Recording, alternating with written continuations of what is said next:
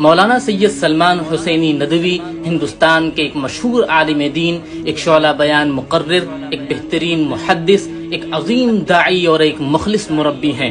انجمن شباب اسلام اور جامعہ سید احمد شہید کے بانی و صدر، اور بہت سی علمی، دعوتی اور تحقیقی کتابوں کے مصنف ہونے کے ساتھ ساتھ مولانا عالم اسلام کے لیے ایک دھڑکتا ہوا دل رکھتے ہیں۔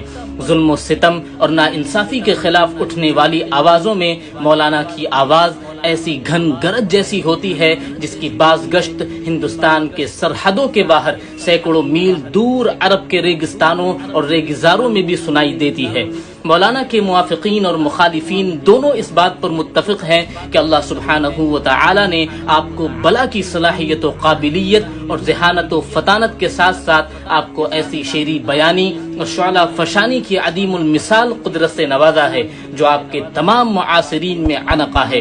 اردو اور عربی دونوں زبانوں میں یکساں بولنے اور لکھنے کی بے پناہ صلاحیت آپ کو دیگر علماء و قائدین کے درمیان نہ صرف یہ کہ ایک ممتاز مقام عطا کرتی ہے بلکہ اپنے معاصرین کی پہلی صف میں لا کھڑا کر دیتی ہے۔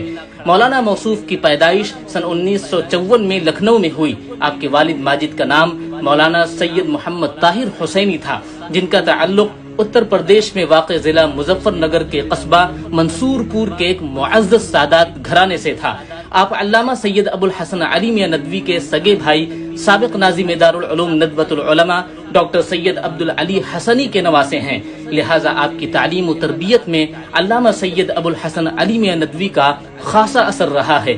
مولانا کی والدہ انتہائی نیک صفت خاتون تھی۔ مولانا نے ابتدائی تعلیم گھر اور محلے کے مکتب میں حاصل کی، پھر دارالعلوم ندوۃ العلماء کے درجہ حفظ میں داخلہ لے لیا اور حفظ کی تکمیل کے بعد اس عظیم دانشگاہ سے سن 1974 میں عالمیت، پھر سن 1976 میں فضیلت کی ڈگری حاصل کی۔ اس کے بعد سعودی عرب کی مشہور یونیورسٹی جامعہ الامام محمد بن سعود الاسلامیہ میں داخلہ لے لیا، جہاں سے سن 1980 میں حدیث میں ماسٹر کی ڈگری حاصل کی اور ایم اے کا اپنا علمی مقالہ اپنے وقت کے مشہور محدث شیخ عبد الفتاح ابو غدہ کی زیر نگرانی مکمل کیا۔ مولانا کا مقالہ مولانا کی علمی صلاحیت و قابلیت کا ایک انمول نمونہ ہے۔ سعودی عرب سے واپسی کے بعد مولانا ہندوستان کی مشہور اسلامک یونیورسٹی دارالعلوم ندوۃ العلماء میں حدیث کے لیکچرر مقرر ہوئے اور پھر اگلے 40 سال تک حدیث کا درس دیتے رہے۔ مولانا کے شاگردوں کی تعداد ہزاروں تک پہنچتی ہے جو دنیا کے گوشے گوشے میں پھیلے ہوئے ہیں۔ مولانا کے دیگر کارناموں اور خدمات کو چھوڑ دیا جائے تو مولانا کی تدریسی خدمات ہی مولانا کو اپنے زمانے کے عظیم الشان علماء کی صف میں لا کھڑا کرنے کے لیے کافی ہے۔ مولانا اپنے درس میں کسی خاص مذہب، خاص مسلک اور خاص مکتب فکر نہیں پڑھاتے، بلکہ مولانا طلباء کے اندر جستجو اور حق کو پہچاننے کی صلاحیت پیدا کرتے ہیں، جو طلباء کے اندر ایک علمی اور تحقیقی ذوق پیدا کرنے میں مہمیز کا کام کرتی ہے۔ مولانا کی سب سے بڑی خوبی یہ ہے کہ آپ نے کبھی کسی خاص مسلک اور مکتب فکر کی تبلیغ نہیں کی۔ مولانا سلمان حسینی ندوی نے سن 1974 میں ندوے سے فراغت کے بعد جمعیت شباب اسلام قائم کی اور لکھنؤ اور اس کے اطراف میں مسلم نوجوانوں کے اندر مختلف دعوتی اور سماجی سرگرمیوں کے ذریعے ایک ایسا پلیٹ فارم بنایا جہاں ان کی ذہنی، جسمانی اور اخلاقی تعلیم و تربیت کو ممکن بنایا جا سکے۔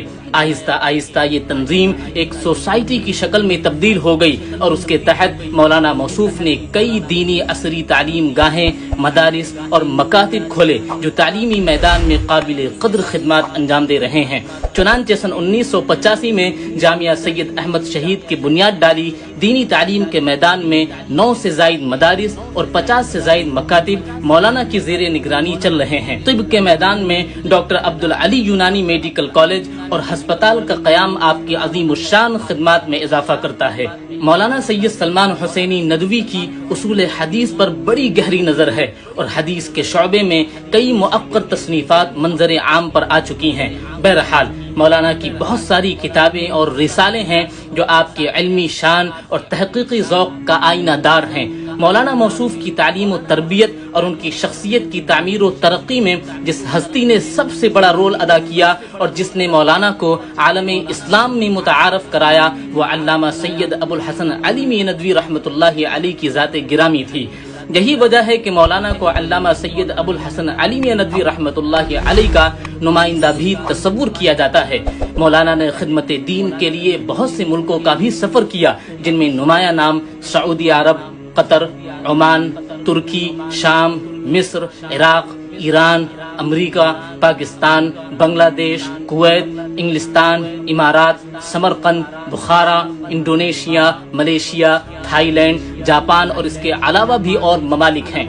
اس کے علاوہ مولانا دارالعلوم ندوۃ العلماء کے پروفیسر اور کلیت الدعوت والاعلام کی ڈائریکٹر، جامعہ الامام احمد بن عرفان الشہید ملیح آباد کٹولی لکھنؤ کے ناظم، جمعیت شباب اسلام کے بانی و صدر، فلاح انسانیت، علی گڑھ مسلم یونیورسٹی، عالمی رابطہ ادب اسلامی، اسلامی فقہ اکیڈمی، الاتحاد العالمی لعلماء المسلمین اور بہت سے دیگر تنظیموں اور اداروں کے رکن رکین ہیں۔ مختصر یہ کہ حضرت نے دین اسلام کی خاطر جو خدمات انجام دی ہیں ان کو شمار کرنا بھی شاید محال ہے۔ دعا ہے کہ اللہ تعالی حضرت کو صحت کے ساتھ لمبی زندگی عطا فرمائے اور حضرت کا سایہ تا دیر ہم پر قائم رکھے۔ محترم دوستو، ویڈیو پسند آنے پر لائک، شیئر، سبسکرائب ضرور کریں۔ والسلام علیکم ورحمۃ اللہ وبرکاتہ۔